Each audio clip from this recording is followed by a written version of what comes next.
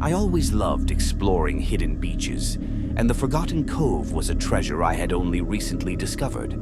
Its entrance was well concealed by dense thickets, making it a perfect spot for a solitary retreat.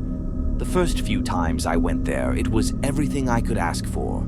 Serene, beautiful, and utterly devoid of other people. But on my fourth visit, something changed. The day started as usual. I parked my car at the small, deserted lot and made my way through the familiar path. As I approached the cove, I noticed something strange.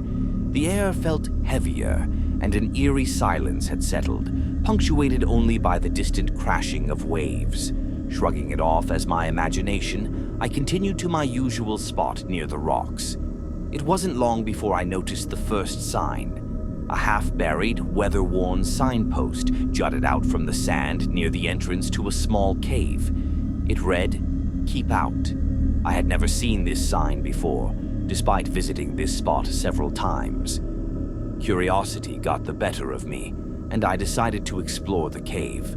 The interior was darker and colder than I expected. The sound of dripping water echoed through the narrow passage, sending shivers down my spine. As I ventured deeper, the walls closed in, and a foul odor filled the air. I was about to turn back when I heard it, a faint, almost imperceptible whisper. "Help! Me!" I froze. The voice was distant but unmistakable. It sounded like it came from deeper within the cave. Heart pounding, I pressed on, using my phone's flashlight to guide me. The cave opened into a small chamber, and what I saw there made my blood run cold. Scattered across the floor were remnants of old camping gear, tattered tents, rusted lanterns, and broken coolers. But what caught my attention was the skeleton, partially buried under a pile of rocks. A sense of dread washed over me as I realized this wasn't just a forgotten campsite, it was a grave. The whisper came again, louder this time. "Help! Me!" I spun around, shining my light into the corners of the chamber, but saw nothing. Panic set in, and I bolted for the entrance. As I scrambled out of the cave, I felt an icy hand grip my ankle. I kicked frantically, breaking free and running as fast as I could back to the beach. When I finally made it back to the safety of my car, I was gasping for breath. I never went back to the Forgotten Cove, and to this day the memory of that whisper haunts me. Whatever happened in that cave remains a mystery, but one thing is certain: some secrets are best left buried.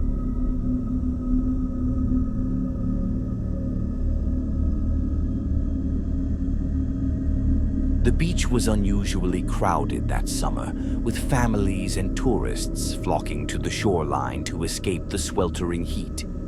As a lifeguard, I had seen my fair share of strange occurrences, but nothing prepared me for the events that unfolded one fateful afternoon. It was nearing sunset when I first noticed him, a lifeguard standing at the far end of the beach, watching the water with an intense, almost unnatural focus. He wore an old-fashioned lifeguard uniform, the kind that hadn't been in use for decades. Curious, I waved to him, but he didn't respond. Instead, he continued to stare out at the sea. The next day, I saw him again, standing in the same spot. This time, I decided to approach him. As I walked closer, a chill ran down my spine. His expression was eerily blank, and his skin had a pallor that was almost translucent. I called out to him, but he didn't react. When I was just a few feet away, he turned and walked into the ocean. Panicking, I radioed for backup and rushed into the water after him. The waves were rough and visibility was poor, but I managed to catch a glimpse of him disappearing beneath the surface. I dove down, searching frantically, but he was gone. When I returned to the shore, my fellow lifeguards were waiting for me, their faces pale with fear. They had seen the entire incident unfold, but had been unable to help. We scoured the beach for any sign of the mysterious lifeguard, but he had vanished without a trace. Later that evening, as we gathered around the fire pit, an old-timer who had worked at the beach for decades shared a chilling tale.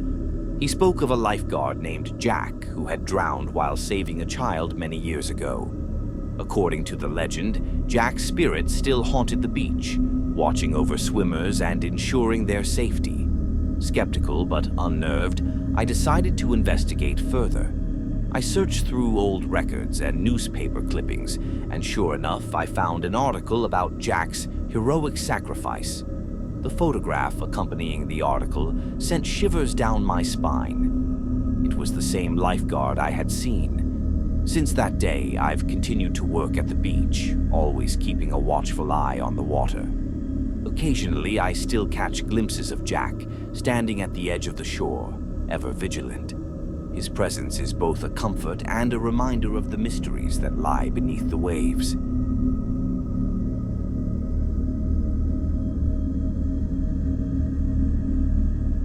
Growing up near the coast, I had always heard tales of sirens, mythical creatures said to lure sailors to their doom with their enchanting songs. I never believed in such nonsense until one summer night changed everything. It was a clear, moonlit evening, and I had decided to take a walk along the beach to clear my mind. The rhythmic sound of the waves was soothing, and the beach was deserted, offering a perfect escape from the pressures of daily life. As I strolled along the shore, a faint, melodic sound caught my attention. It was beautiful, haunting, and unlike anything I had ever heard. Intrigued, I followed the music, which seemed to be coming from a secluded area of the beach, known for its treacherous rocks and strong currents.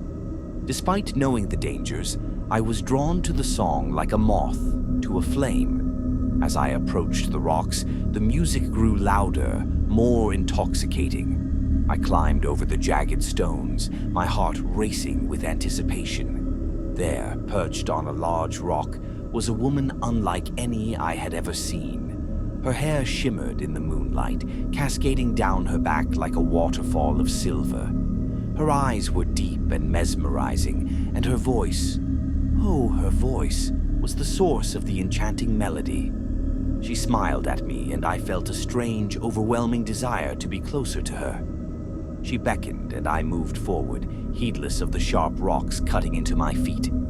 The world around me seemed to fade away, leaving only her and the irresistible pull of her song. Just as I reached out to touch her, a powerful wave crashed against the rocks, snapping me out of my trance.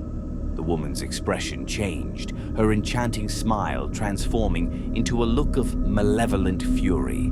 She lunged at me, her nails sharp and her eyes burning with anger. I stumbled back, losing my footing on the slippery rocks. Another wave hit, and I was thrown into the water. Struggling to stay afloat, I caught a glimpse of her diving beneath the surface, her form shifting into something monstrous and inhuman. Desperation fueled my efforts as I fought against the current, finally managing to drag myself back to the safety of the shore. Gasping for breath, I looked back at the rocks, but the siren was gone, the only evidence of her presence the lingering echo of her song in my mind. Since that night, I've never walked along the beach alone. The memory of the siren's song and her terrifying transformation haunts me, a constant reminder of the dangers that lurk beneath the surface of the sea. The ocean is a beautiful, mysterious place, but I've learned that some mysteries are better left undiscovered.